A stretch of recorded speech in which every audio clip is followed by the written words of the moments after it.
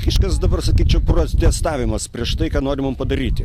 Iš Vilniaus atvežtos fekalės, vadėl atvežė 3 mašinas, čia parašė sandėliavimo vietą ir toliau pildys ant visų šitų laukų. Kvapas pats matėjai ir pajutė turbūt, kad ne pats maloniausias.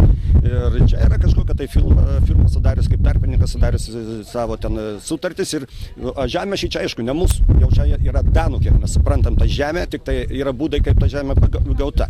Mums sako, kad viskas šį čia labai bus paprasta, užars per 2 dienas ir toliau jokio čia poveikio mes neturėsim. Mano įsitikinimu, tai poveikį turėsim, nes pažiūrėkime ir tokį dalyką. Vis tiek lietus, viskas eis į gruntinius vandenius. Čiagi greta už europinės lėšas sutvarkyta buvo Armanos ta zona, teritorija. Tai vienam vietam pinigų įkišam, paskui dar atvežam ir davai sunaikinsim. Kas bus iš ežero? Mūsų teisėsaugininkai, sakykime, gamtosaugininkai, tai pavadinčiau. Jie įstatymų virgai pasirodo. Žmonės nieko, bet jeigu parašyta, kad galima nekreipti dėmesio į bendruomenės interesus, o mes tai visi šį čia aplink esam, tai gretas mes kelias. Pasižiūrėkime į tą dalyką pirmiausia. Ir mes tikrai nesuinteresuoti kvėpuoti šituo Vilniaus kvapu. Nes jau per visą Lietuvą matom, Panevėžy tas pats dedasi jau negali, tai ir šį čia mes tą patį turėsim. Jiems pasirodo smirda, tai atvežė dabar mums. Bet niekas neištyrė iki galo, kas ten yra, kiek ten yra. Kodėl vas dar kur šitie židiniai mara, kur apverti dabar jau.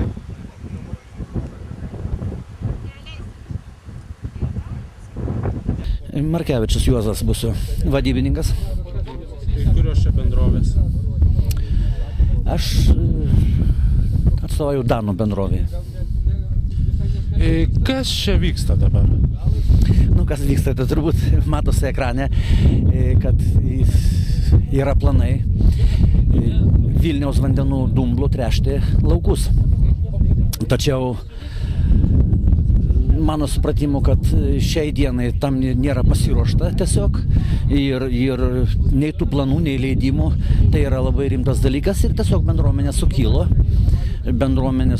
ir nenori, kad tas dalykas čia vyktų. Ir turim, ką mes šiandien turim čia.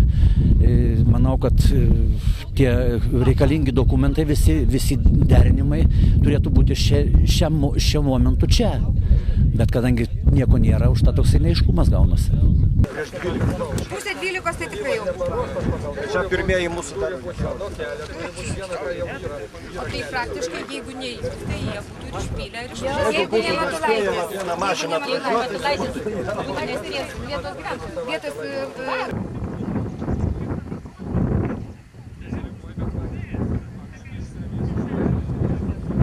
Gyventojai protestuoja, kad jis būtų čia pylamas. Kokia aplinkosaugininkų pozicija? Aplinkosaugininkų pozicija tai, kad jie turi turėti visą reikiamą dokumentaciją. O turi? Kol kas nemačiau. Bet tokia galimybė yra, jeigu turės dokumentus. Jeigu viskas bus, visi leidimai bus, tai jie tą teisę turės.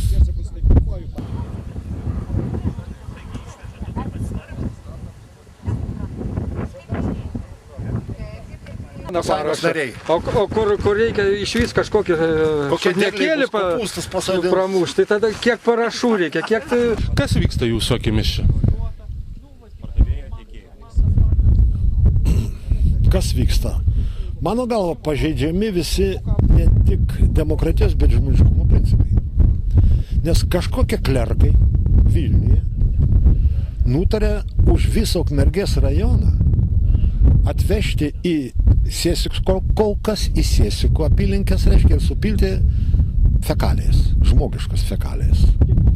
Ir užteko vieno Ukmergės gamtosaugininko parašo, neinformuojant nei mero, nei tarybos, negaunant iš jų sutikimo kažkokio ar paaiškinimo, priėmė sprendimą ir seniūną informavo. Seniūnas aiškiai pasakė, kad žmonės yra prieš ir aš niekad neleisiu sutikimo. Po savaitės jie sako, jie nereiks tavo. Ir atvežė į pilę. Tai kvepuoti šito mėšlo, šito smarvę, kam teks? Vilniui sėdintiems? Kazlauskui, kuris surašė tokį įsakymą, kad lengva daryti bet ką. Štai kur yra bėda, kad deklaruojama apie žmogaus teisės laisvės įvairias, o žmonių laisvių teisų visiškai nepaisoma. Keli klerkai, aš galiu žinoti, kad ten ne pinigus jie dalinės daniškus. Ir už tai va čia veža šūnus. Tai štai kas, bet yra ir pirmiausia, aš kaltinu savotiškai ir aplinkos skyrių Ukmergės. Jeigu atėjo tokių dalykų derinti su tavim, jeigu atėjo su tavim derinti, tu turi teisę suderinti, nesuderinti. Jie aiškina, kad jie negali nepasirašyti. Tai jeigu negali pasirašyti, tai kam jie reikalingi? Tai vienas antra kultūros klausimas. Jeigu tu gavai, tai visada eini pas vietinę valdžią, bendruomenę pasakai, ką darom. Aš negaliu nepasirašyti. Arba aš galiu pasirašyti, tik nepasirašyti, jeigu jūs čia sukilsit. Tai vad būtų jo pilietinė kaip žmogaus, kaip pareiga. O dabar pasirašiau pati tyliai, gal praeis. Tada, kai tyliai daroma, o kas gali paneigti, kad